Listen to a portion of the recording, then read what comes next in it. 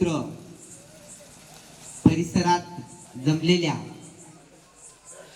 या येसगाव गावातील सर्व ग्रामस्थ, तरुण मित्र मंडळी, गावातील ग्रामपंचायत सदस्य, सरपंच, उपसरपंच, ज्यांच्या ज्यांच्या कानापर्यंत माझा आवाज जातोय त्या माता भगिनी, आई वडील,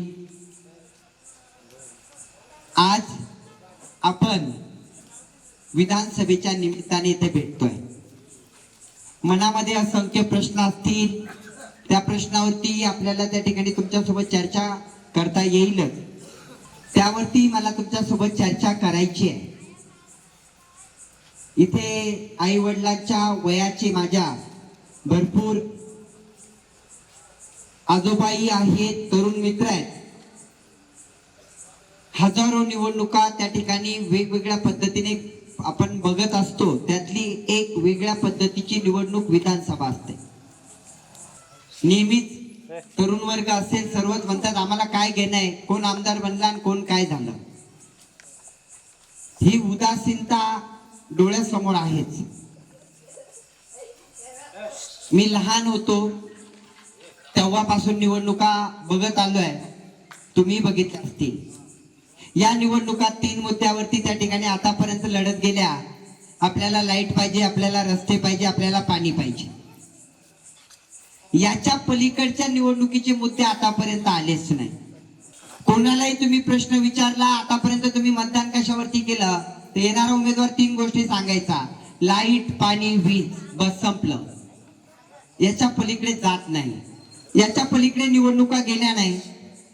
मला आपल्या गामवासियांना एक प्रश्न विचारायचा आहे. आपल्याला इथून जवळच एक मोठी MIDC लाभलेली, वाळूज MIDC, जी आपल्या मतदारसंघामध्ये येते. त्याच्याच बाजूला अजून एक MIDC आहे, पंचतारांकित 5 स्टार MIDC, शेंद्रा MIDC. तीही आपल्या या जिल्ह्यामध्ये येते. मला आपल्या गावातील सर्वांना प्रश्न विचारायचा: आपल्या गावातील किती लोक या कंपन्यामध्ये परमनंट आहेत? किती कुटुंबातील मुलं नोकरीला लागलेले आहेत? किती लागलेले आहेत? एक भी नाही. माहिती तुम्हीच देताय. किती लोक कमीत कमी 30-35 हजाराची तरी नोकरी लागले, परमनंट सोडून द्या, असे किती जण आहेत? गावात कोणी नाही. मला अजून एक प्रश्न विचारायचा आहे. या गावातली शाळा किती वर्गापर्यंत आहे? 8वी पर्यंत. आता इथे चिमुकले पण आहेत. आणि शाळेत विद्यार्थ्यांची संख्या किती टोटल? एका वर्गात किती?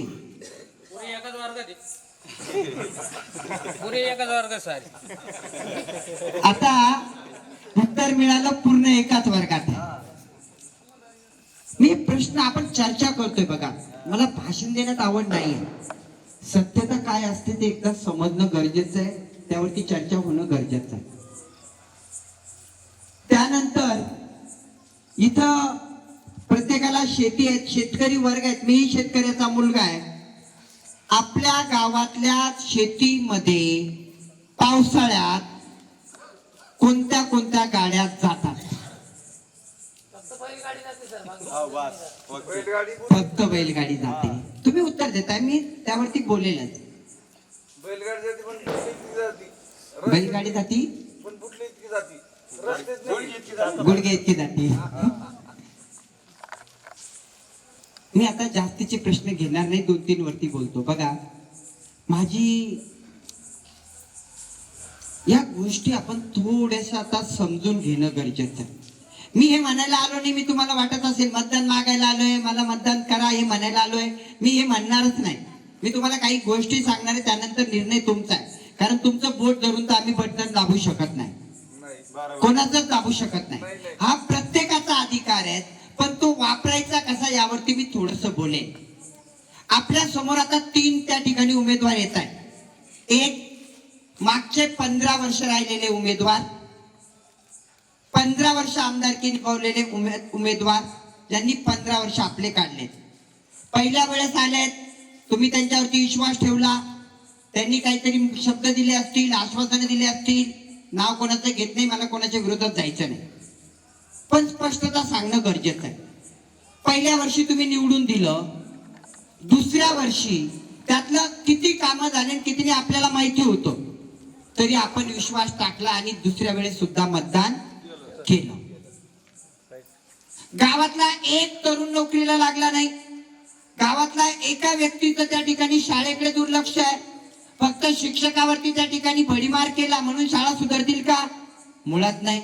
शाळेच्या वर्ग खोल्या नाहीये, शाळा डिजिटल नाहीये, शाळेतल्या सुविधा नाहीये. का? मुलांनी त्या ठिकाणी इंग्लिश स्कूलला जाऊ नये, ही परिस्थिती आहे.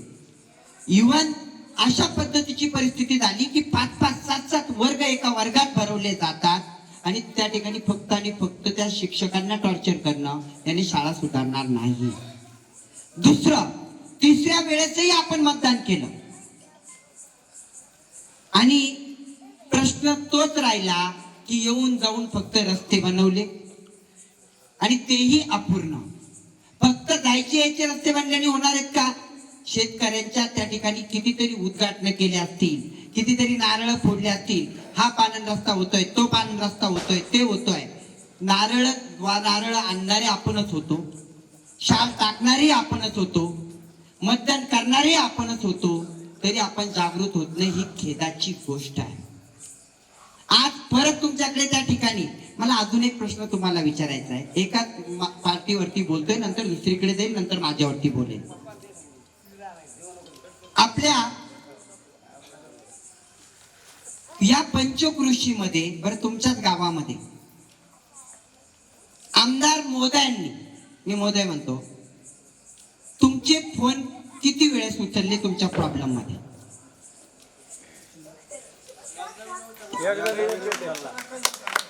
किती उचलले? बरं याच्यातला एखादा जणाचे उचलले असतील, फक्त एक जण असेल तो गावातला. मी अनुभव घेतोय, मी गावागावात जातोय, गावातला एका जणाला मोठं केलं तर गाव बदललं का? बदललं का? नाही. तुमच्या घरात जर कोणी ऍडमिट आहे, 2 लाख 2.5 लाख रुपये हॉस्पिटलला लागताय, काही प्रॉब्लेम्स आहे, मुख्यमंत्री सहायता निधी आणायचा आहे, असे किती कामं त्या ठिकाणी एका फोनवर झालेत? उत्तर असेल नाही. मला तुमच्या गावाचा इतिहास सांगायची गरज नाही आहे.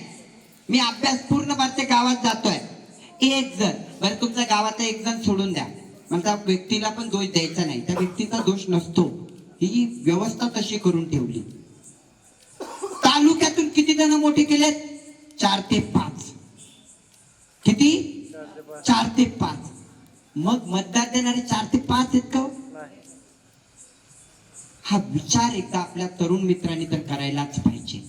आपल्या आई वडिलांनी पिढ्यानपिढ्या मतदान करत आले आणि जर इथं आई वृद्ध आहे, त्यांना मी विचारू शकतो, आयुष्याच्या शेवटच्या क्षणाला जेव्हा आपले हातपाय चालते, आपल्याला 2च प्रश्न विचारतात.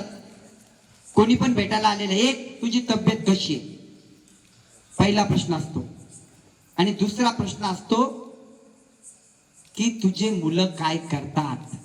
बरोबर आहे? 2 प्रश्न तुमची प्रॉपर्टी विचारतात का? आज प्रत्येकाच्या मुलांना बेकारीने घेरलेला आहे. कुठेच काही विकासाचं नाव नाहीये, फक्त त्या ठिकाणी मोठ्या मोठ्या बात्या होत आहेत. म्हणून तुम्हाला एक वेळेस विचार करावा लागेल. ठीक आहे, 15 वर्ष दिलेत, आता त्यानंतर दुसरे महोदय आपल्याकडे आलेत, त्यावरती बोलावं लागेल. आणि मी सत्य सांगेन, बघा 1 वर्षापासून अजून एक त्या ठिकाणी आपल्याकडे उमेदवारी मागत आहेत, उमेदवारीसाठी त्या ठिकाणी प्रयत्न करत आहे, आमदार निवडून येण्यासाठी प्रयत्न करत आहे. बरोबर आहे? मी सत्य बोलतोय. 1 वर्षापासून हे महोदय किती वर्षापासून आमदार आहेत? किती? 16 ते 17.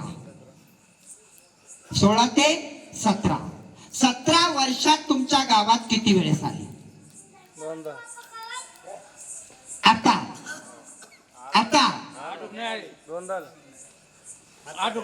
आता लक्ष द्या, 17 वर्षात 2दा आले असतील. आता निवडणुकीच्या तोंडावर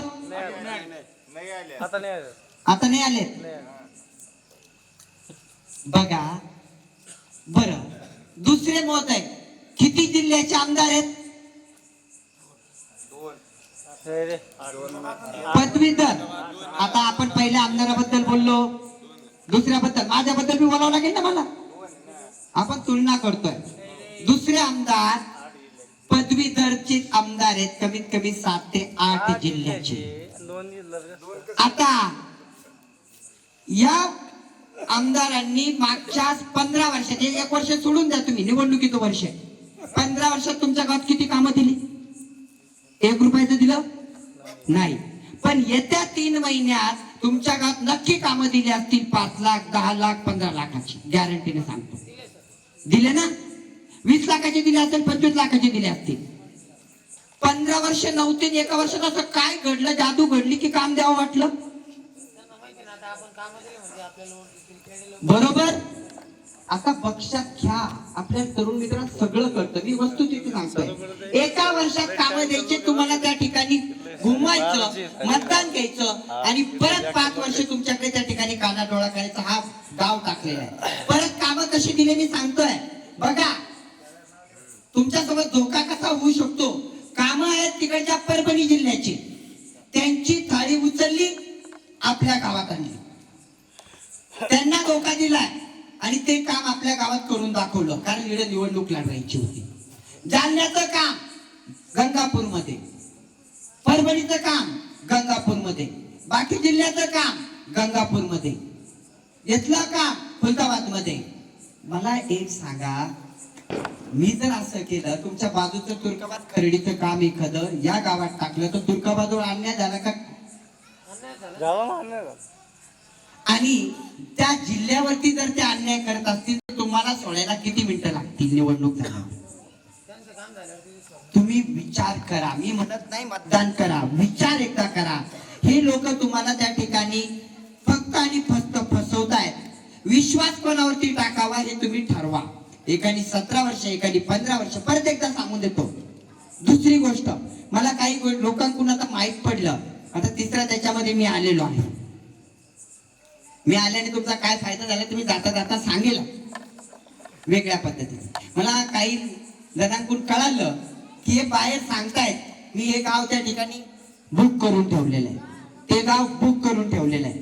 यांची एवढी हिंमत, आपले गाव विकत घ्यायला तयार आहेत, बाहेर बोलू शकतात, एवढी हिंमत. आणि कोणाच्या एका जणाच्या जीवावर 1च जण टाकतात गावामध्ये आणि सगळ्या गावाचं वाटोळ करून ठेवतात. आपल्याला एक लक्षात घ्यावं लागेल, आपल्याला जागृत व्हावं लागेल. मी हे म्हणायला आलोच नाही, मंदिरासमोर तुमच्या मला हे म्हणायचं नाही की त्यांचे पैसे तुम्ही घेऊ नका. मला माहिती ते फक्त पैशाने तुमच्या सोबत खेळताय. कशाने खेळताय? पैशाने. त्यांच्यात काम करण्याची धमक नाही, त्यांच्यात नीतिमत्ता नाहीये, त्यांच्यात बाकीच्या गोष्टी नाही, पैशाने विकत घेताय. मी म्हणतो त्यांचे पैसे काही स्वतःच्या मेहनतीचे नाही, काही नाही त्यांच्याकडे. तुम्ही ते सगळे या निवडणुकीत संपताच.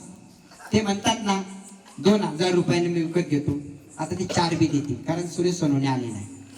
4 पण देतील, घेऊन टाका. पण याचे 4 घ्या, त्याचे बी 2 घ्या, 7 झाले, संपून टाका. 15 वर्ष तुमचेच पैसे, 17 वर्ष तुमचेच पैसे. 17 वर्षासाठी आपण मतदान केलं, 15 वर्षासाठी आपण मतदान केलं, संपून टाका. मला माहिती आहे हा खेळ चालू आहे, या खेळाला तुम्हाला बळी पडायचं नाही, तुम्हाला जे करायचं ते करायचं. जर खरंच मनातून आपल्या मुलांचं भविष्य दिसत असेल, मी सांगितलंय गंगापूर मध्ये एक MIDC चं ऑफिस, मुलांना कशा नोकऱ्या लागत नाही बघूया.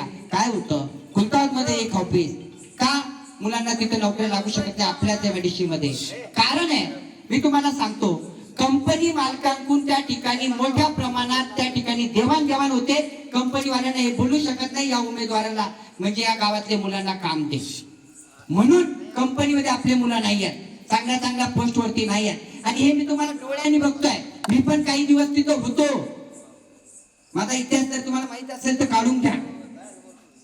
आपल्याला या निवडणुकीमध्ये थोडक्यात बोलेल, परत कदाचित येणं होईल या गावात, माझ्याकडे दिवस कमी आहेत पण तरी येईल. पण एक शब्द सांगतो, 20 दिवस जर माझ्यासाठी त्यात 5 वर्ष तुमच्यासाठी असेल, प्रत्येक ठिकाणी ऑफिस असेल. आता मी तुम्हाला इलेक्शनला जाताना, मतदानाला जाताना एकच गोष्ट करा म्हणतोय, अजून अभ्यास करा. आणि वाटलंच कधी परत त्या ठिकाणी होत आहे आलेत उमेदवार तर 3-4 प्रश्न विचाराच. मला जसे विचारशाल तसे त्यांनाही विचारा. तुम्ही काय करणार आहात, काय केलंय. त्यांना तर काय केलं विचारावं लागेल, मला तर काय करणार आहात विचारावं लागेल. स्पष्ट आहे. निवडणुकीला जाताना एक विनंती करतो मायबाप जनतेला, माझ्या तरुण मित्रांना, चिमुकल्यांना सुद्धा, की एक गोष्ट करा, काही करा तिकडून, त्याचं काय घेणं देणं, काय गाड्यात बसणं करा. मला माहिती आहे, मी आता गंगापूरला फॉर्म भरायला गेलतो, खूप मोठी जनता आणली होती. मी फॉर्म भरायला पैसे जात होतो, त्याचे 300 लोक माझ्या गळ्यात येऊन पडत होते. कारण काय, ते अंतःकरणातून नाहीये. निवडणुकीला जाताना एक गोष्ट नक्कीच करा. 3 उमेदवार आहेत, तिन्हीचे पॉम्पलेट तुमच्याकडे येतील, तिन्हीचे फोटो येतील. त्या फोटोकडे एकदा बघा, तिन्ही समोर ठेवा. त्यात मागाई असेल तर दोन्ही असतील. त्यांच्यापेक्षा जर 1% म्हणतोय मी फक्त, किती, 1% जर माझ्यामधली इमानदारी तुम्हाला दिसली, त्यांच्यापेक्षा 1% काम करण्याची वृत्ती माझ्यामध्ये असली, त्यांच्यापेक्षा 1% जरी मी हुशार दिसलो, त्यांच्यापेक्षा 1% जरी तुमचे प्रश्न विधानसभेत मांडणारा दिसलो, तुमच्या शेतीवरती बोलणारा दिसलो, तुमच्या शेत रस्त्यावरती बोलणारा दिसलो, तुमच्या शाळेच्या मुलांच्या प्रश्नावर बोलणारा दिसलो, काम करून घेणारा दिसलो, 1% म्हणतोय मी, 100% म्हणत नाही, तर नक्कीच त्या ठिकाणी यावेळेस मतदानाला विचार करा. तुमचा अधिकार आहे मतदानाचा आणि तो परिपूर्ण पार करा. वेळ कमी आहे, माझ्याकडे तरी वेळ कमी आहे, पण नक्कीच सांगेल, जेव्हा वेळ पडते ना, 1 जण 2 जण गावातले मोठे होऊन होत नाही. याला कॉन्ट्रॅक्ट दिला तो मोठा झाला, त्याला कॉन्ट्रॅक्ट दिला तोच मोठा झाला. का गावात बाकीचे लोक नाही आहेत का? हा विचार आपण एकदा करा. आणि प्रत्येकाला मी एक सांगेन की ज्यांनी एक आतापर्यंत हे चालवलंय त्यांनी पण जनतेचा हिताचा विचार करावा. येतोय, सगळ्या गोष्टी देताय, घेऊन टाका, पण जे करायचं ते करा, ही विनंती आपल्याला करेल. माझ्याकडे वेळ कमी आहे, पुढच्याही गावात त्या ठिकाणी मला जावं लागेल, पण नक्कीच सांगेन, तुमचा मुलगा तुमच्या समोर त्या ठिकाणी एक वेळेस तुमच्या मतदानाची भीक मागतो, एकच वेळेस. पुढच्या पंचवार्षिकला मी मागायला येणार नाही. माझे तरुण मित्र ज्यांनी गाव बदललेलं बघितलंय ते मतदान करून घेतील माझ्यासाठी, कारण मी 5 वर्ष त्या पद्धतीने वागलेलो असेल हा विश्वास मला आहे. आता ही गोष्ट तुम्ही म्हणाल प्रत्येक उमेदवारच म्हणतो, पण त्यांच्यावरती विश्वास टाकलाच ना 15 वर्ष, म्हणजे एक वेळेस माझ्यावर टाकायला काही हरकत नाही, एक वेळेस. आणि मी तुम्हाला कोणतेच बंधन ठेवत नाही, याला येऊ देऊ नका त्याला येऊ देऊ नका, पण येऊ द्या, सगळं करू द्या, पण करायचं ते तुम्हाला करायचं असेल, एवढी विनंती करेन. आणि जास्त न बोलता परत एकदा आपल्या मंदिरासमोर एक गोष्ट सांगतो, नीतिमत्ता विकणार नाही. मी आता खुलताबाद मध्ये सभा घेतली, तुमच्या जामगाव सर्कल मध्ये घेतली. मी डायरेक्टली डिक्लेअर केलंय, माझ्या जिंदगीचा आमदारचा जो पगार असेल मला येणारा 5 वर्ष आणि त्याच्या पुढे पेन्शन चालू होतो परत, ते मी सर्व त्या ठिकाणी त्या जातीची संस्था असेल, एखादी धर्मशाळा असेल, कोणती तरी शाळा असेल, हिच्यासाठी दान करणार आहेत, कारण मला त्या पैशाची गरज नाही. मला देवानी शेतकऱ्याच्या मुलापासून इथपर्यंत पाठवलं, हे माझ्यासाठी खूप आहे. आणि तुमच्या आशीर्वादाने माझ्याकडे जे आहे त्यात मी समाधानी आहे, पण मला तुमची सेवा करण्याची संधी पाहिजे, ती तुम्ही नक्की द्याल ही अपेक्षा व्यक्त करतो. आणि एक गोष्ट नक्की सांगेल, एकदा शाश्वत विकास म्हणून त्या ठिकाणी या इलेक्शनला बघा, बाकी सगळ्या गोष्टी होतील, मी अडवत नाही आहे. शाश्वत विकास काय असतो की आपलं परिवर्तन झालं पाहिजे. आपल्या गावात जे 15 वर्ष 30 वर्षापूर्वी दिसायचं गाव तसंच आहे, काहीच बदल नाही. मी माझ्या जन्मगाव सांगतो, सोनखेडेगाव, आपल्यासारखंच खेडेगाव. 50 वर्ष जसं आहे तसंच होतं. 1.5 वर्ष मी हातात घेतलं. किती वर्ष? 1.5 वर्ष. 1.5 वर्षामध्ये कोणाला पाहायला जायचं असेल तर जाऊन या. गावात सीसीटीव्ही आहे, गावात सिटी सारखी स्ट्रीट लाईट आहेत प्रत्येक रस्त्याने, गावात आरोचं फिल्टर पाणी आहेत, गावात तुमच्या एवढंच गाव असून आरोग्य उपकेंद्र आहे.